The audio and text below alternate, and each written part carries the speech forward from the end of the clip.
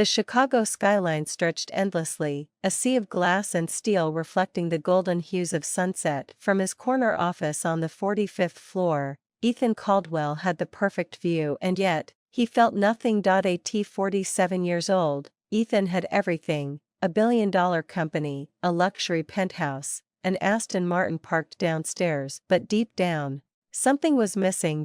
He had spent decades building Titan Dynamics into one of the top tech firms in the country, yet lately, he had started to wonder, was it all worth it? That feeling had been growing, gnawing at him, whispering doubts in moments of silence. He had sacrificed friendships. He had missed family gatherings. He had pushed employees harder than necessary. And now, as he stared at the latest employee satisfaction survey, he felt a pit form in his stomach. The comments were brutal. The executives don't even know our names. We're nothing but numbers to them. Management only cares about profits. Ethan clenched his jaw. Had he really become so disconnected? That night, he made a decision.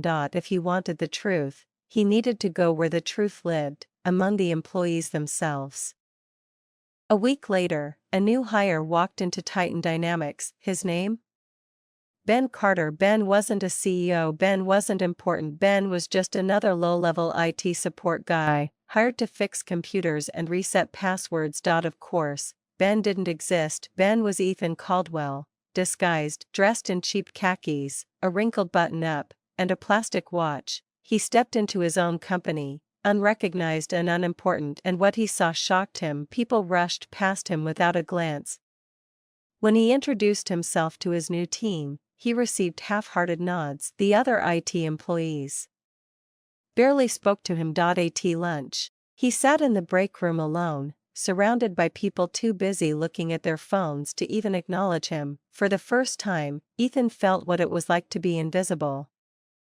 Then he met Frank Dawson. Frank had been working at Titan Dynamics for 20 years, long before Ethan had become CEO. He was the janitor, and unlike everyone else, Frank saw him. "Morning, Ben," he greeted warmly as he mopped the hallway. Ethan blinked. Someone had finally spoken to him. "Morning," he mumbled, caught off guard. At first, Ethan assumed Frank was just being polite, but as the days passed, he realized something. Frank genuinely cared. Every morning, he greeted people by name. During lunch, he sat outside, reading old detective novels. When people were stressed, he noticed, and he listened. One afternoon, Ethan sat beside him on the bench near the loading dock. "What are you reading?" he asked. Frank chuckled, showing him the cover. "Sherlock Holmes. Keeps my mind sharp." That was the start of something unexpected. They talked, not just about books, but about life, work, people, and Frank? He wasn't just a janitor. He was a philosopher, a mentor, a man who had seen the rise and fall of countless employees. One day, Ethan asked, "You've been here 20 years. Why did you stay?" Frank leaned back, gazing at the Chicago skyline. "More doesn't always mean better, Ben. I've seen folks chase promotions and bigger salaries, thinking it'll make them happy. But happiness ain't about climbing higher. It's about finding purpose right where you are."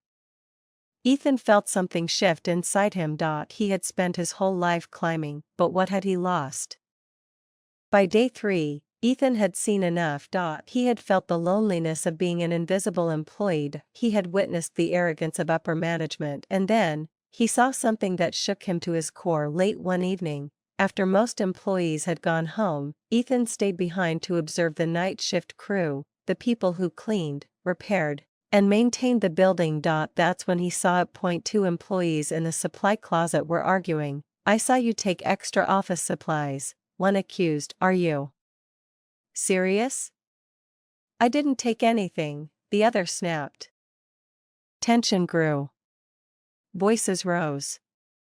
It was about to get physical. Before Ethan could react, Frank stepped in. Hey. Take a deep breath, fellas," Frank said, his voice calm but firm. "We're all on the same team here. No need to tear each other down." Instantly, the tension evaporated. Ethan watched in awe. Frank wasn't a boss. He had no authority. Yet he commanded respect with nothing but kindness and wisdom. At that moment, Ethan realized something profound. Frank had more leadership than anyone in the executive suite.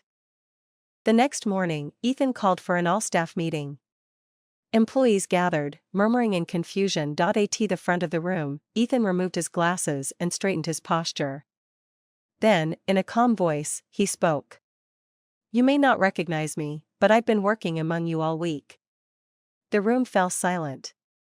"I came in as Ben Carter, an entry-level employee. And what I saw changed me." He took a deep breath. "I saw how people treat those they consider less important. I saw how easy it is to overlook the very people who keep this company running." He turned to Frank. "But I also met someone who reminded me what true leadership looks like." All eyes followed his gaze. "Frank Dawson, you are the heart of this company." Tears filled Frank's eyes as the room erupted into applause. From that day forward, Titan dynamics changed. Company policies were rewritten. Management underwent empathy training. Frank was offered a mentorship role, teaching new employees about kindness and leadership. And for the first time in years, Ethan felt like a leader, not just a CEO. Because success isn't measured by profits. It's measured by the impact we have on others. The applause finally died down, but the emotions in the room lingered. Frank wiped his eyes, visibly overwhelmed by the recognition. "I don't know what to say," he admitted, shaking his head in disbelief. Ethan smiled. "You don't have to say anything, Frank. You've already said it all, through your actions, through the way you treat people every single day." The employees, some still in shock, murmured among themselves, could it be true? The CEO of Titan Dynamics had spent an entire week among them, unseen, unheard, and unnoticed. Many felt a pang of guilt. They had brushed Ben Carter off without a second thought, and yet, the janitor, the man most had ignored for years, had done the opposite. Ethan wasn't done. He turned his gaze back to the crowd. "I need to apologize," he said, his voice carrying both weight and sincerity. "I built this company, but along the way, I lost sight of what really matters. I've been so focused on numbers, on profits, on making Titan Dynamics the best in the industry, that I forgot about the people who make it all happen." A few employees lowered their heads, the guilt evident in their faces.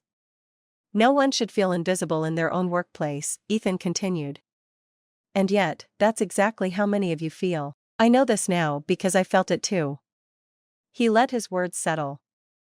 "This company is going to change, starting today." Murmurs turned into excited whispers. "Change? Real change," Ethan stepped forward. "From now on, we will treat everyone with respect, regardless of their title. That means better wages for our janitorial and maintenance staff, improved benefits for all employees, and a renewed focus on workplace culture." A ripple of shock and excitement passed through the room. "And to make sure we never forget this lesson, I'm creating a new leadership role within this company." All eyes darted toward Frank. Ethan smiled. "Frank Dawson, you are now our official employee culture advisor. Your job? To teach all of us what it really means to be a leader." The room erupted into cheers. Frank's mouth fell open. "Me? You," Ethan confirmed. "This company needs more leaders like you, people who lead not with authority, but with kindness." Tears welled in Frank's eyes again as he looked at the employees around him, many of whom had never really noticed him before. Now, they were clapping for him, celebrating him. For the first time in 20 years, Frank felt seen. As the applause faded, Ethan turned to Frank. "You weren't just doing your job, Frank.